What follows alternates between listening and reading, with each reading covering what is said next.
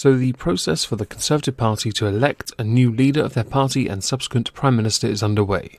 We have already eliminated 3 people, now 4. On the 10th of June, those candidates were confirmed. On the 13th, the first ballot. On the 18th through to the 20th, we'll have successive ballots which will eliminate candidates with the least votes until only 2 remain. And on the 22nd of June, we will then have a new leader and subsequent Prime Minister announced. So starting from today until the 20th, we're going to try and whittle them down to 2.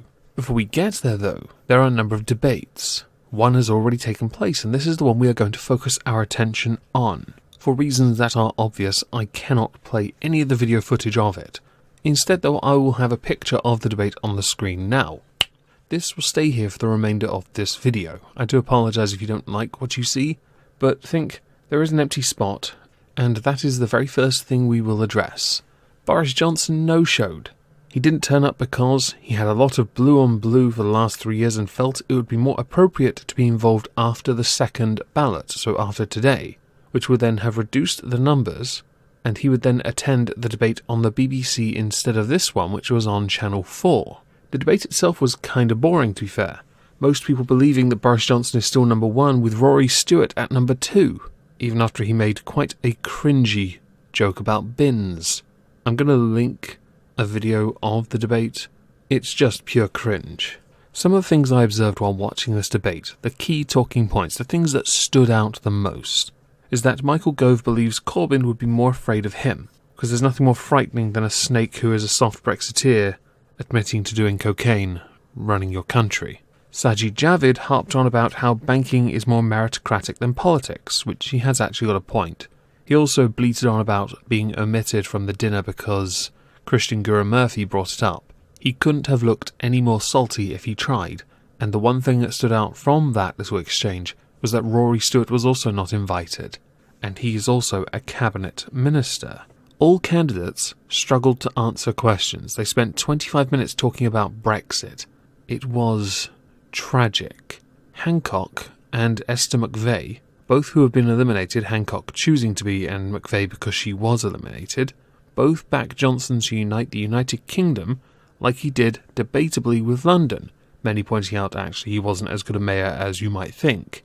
I noticed Michael Gove handled the cocaine comments quite well. Actually, I think he did the best when it came to a lot of the responses.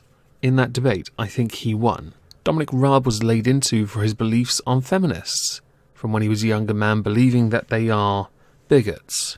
He didn't really answer the question when it came to his views from back then. He said, "We all say things when we're young," which is a dismissive term. He could have simply doubled down and said, "Yeah, now what?" So I don't think he addressed it well, and then went on to attack things and say, "Oh, but I'm the only one that could do this." Right. Rory Stewart was the only one that realistically made the claim that it would be impossible to renegotiate with the EU in the next 4 months, calling it a fantasy promise. Dominic Raab was criticised for saying he would try and suspend Parliament, because it does look quite petty. Sajid Javid did admit that while it was the last thing he'd want with a no deal, you do plan for a no deal precisely because you want a deal. And while they were all busy pondering where Boris was, they were asked to give their weaknesses, and I think we should quickly address those. Gove said he was impatient. Raab said he was a restless soul.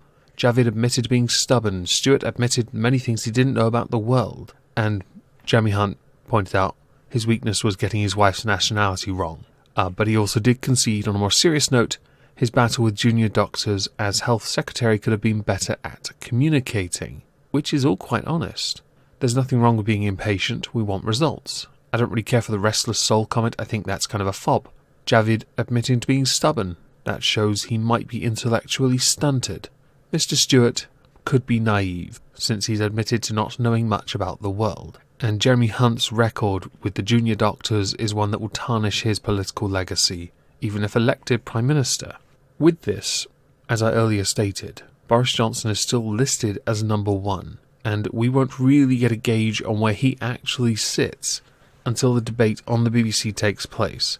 And yes, I will do a far better video responding to parts of it than this one. I do apologise, but Channel 4 are so anal. They're almost as bad as LBC. It's quite tragic. Leading Britain's discussion, by copyright claiming all of it.